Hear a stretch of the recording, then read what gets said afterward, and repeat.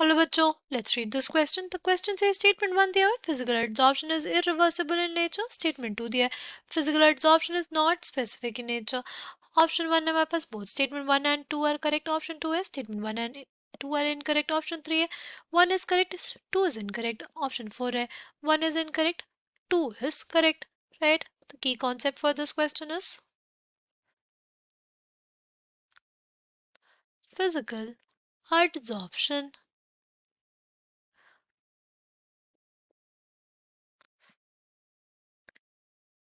Physical adsorption देखने से पहले पहले हम लोग देखेंगे कि आखिर इस टर्म का मतलब क्या है हमारे पास, ये एड्सॉर्प्शन का क्या मतलब होता है हमारे पास। देखो, हमारे पास हम लोग बेसिकली कंसिडर करते हैं कोई सॉलिड है, राइट। हमारे पास क्या है, कोई सॉलिड है, ठीक। इस सॉलिड में ना हमारे पास सरफेस पे कुछ पार्टिकल्स होंगे और कुछ पार्टिकल्स बल्क में होंगे। जो बल्क वाले पार्टिकल्स होते हैं वो एक्सपीरियंस करते हैं balanced intermolecular forces of attraction, क्योंकि उनके चारों तरफ पार्टिकल्स होते हैं, राइट। बट हमारे पास जो सरफेस वाला पार्टिकल्स होता है उनके अगल बगल और सिर्फ नीचे ही पार्टिकल्स है, ऊपर कोई पार्टिकल नहीं है, और ये एक्सपीरियंस करते हैं अनबैलेंस्ड फोर्सेस को। कैसे फोर्सेस को? अनबैलेंस्ड फोर्सेस को। सिंस ये अनबैलेंस्ड फोर्सेस को एक्सपीरियंस कर रहे हैं, इसकी वजह से क्या होता है, इसकी वजह से हमारे पास इसकी सरफेस पे अट्रैक्शन हो जाता है फॉरेन पार्टिकल्स का, राइट। फॉरेन पार्टिकल्स का अक्यूमुलेशन हो जाता है किस पे, हमारी सरफेस पे, राइट। जिस सॉलिड सरफेस पे एड्सॉर्प्शन होता है, जिस सॉलिड सरफेस पे एड्सॉर्प्शन होता है उसको हम लोग बोलते हैं एडसॉर्बेंट, उसको हम लोग बोलते हैं एडसॉर्बेंट। और जिन पार्टिकल्स का होता है उनको कहते हैं हम लोग एडसॉर्बेट। उनको क्या कहते हैं, उनको कहते हैं एडसॉर्बेट, ठीक।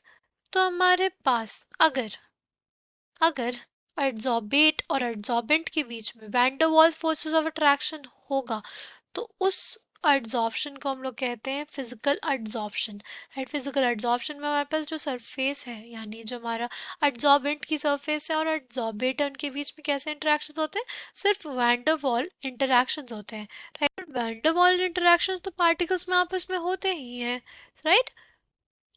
तो इसलिए हम लोग ये बोलेंगे कि हमारे पास जो फिजिकल एड्सॉर्प्शन है वो क्या होता है, it is not specific, right.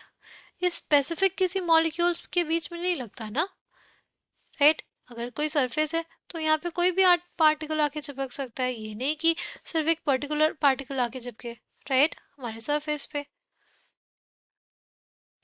कितने भी डिफरेंट टाइप्स ऑफ पार्टिकल्स आके अक्यूमुलेट हो सकते हैं। तो ये हमारे पास स्पेसिफिक नहीं होता, क्योंकि इसमें सिर्फ और सिर्फ क्या होता है, van der Waals force of attraction. वो तो हमारे पास पार्टिकल है जो हमारा एड्सॉर्बेट है और एड्सॉर्बेंट के बीच में एग्जिस्ट करती है, राइट। फिर हमारे पास सेकेंड स्टेटमेंट है, वो करेक्ट हो गया, राइट। फर्स्ट स्टेटमेंट में दिया हुआ है physical adsorption is irreversible in nature. ये जो स्टेटमेंट हमारे पास वो इनकरेक्ट होती है। जो हमारे पास फिजिकल एड्सॉर्प्शन होता है, जैसे हम लोग इसको लिखे कि सॉलिड प्लस गैस जो होता है, उससे हमारे पास क्या बन गया, उससे बन गया हमारे पास gas solid plus heat, right. अगर हम लोग प्रेशर बढ़ा देंगे, अगर हमारे पास प्रेशर बढ़ जाएगा, वॉल्यूम ऑफ गैस कम हो जाएगी और हमारे पास ज़्यादा एड्सॉर्प्शन होना शुरू हो जाएगा, right. More of gas is adsorbed जब हमारे पास प्रेशर ज़्यादा होता है, ठीक। फिर हम लोग बात करते हैं उस क्वेश्चन की। तो मैं क्या बोला था कि फिजिकल एड्सॉर्प्शन इज इरिवर्सिबल, ये हमारे पास स्टेटमेंट गलत है। Physical adsorption is not specific in nature, ये स्टेटमेंट करेक्ट है। तो हमारे पास इस क्वेश्चन का करेक्ट आंसर क्या हो जाएगा, ऑप्शन 4, जिसमें स्टेटमेंट 1 इज इनकरेक्ट और statement 2 is correct. I hope you understood it well. Thank you and all the best.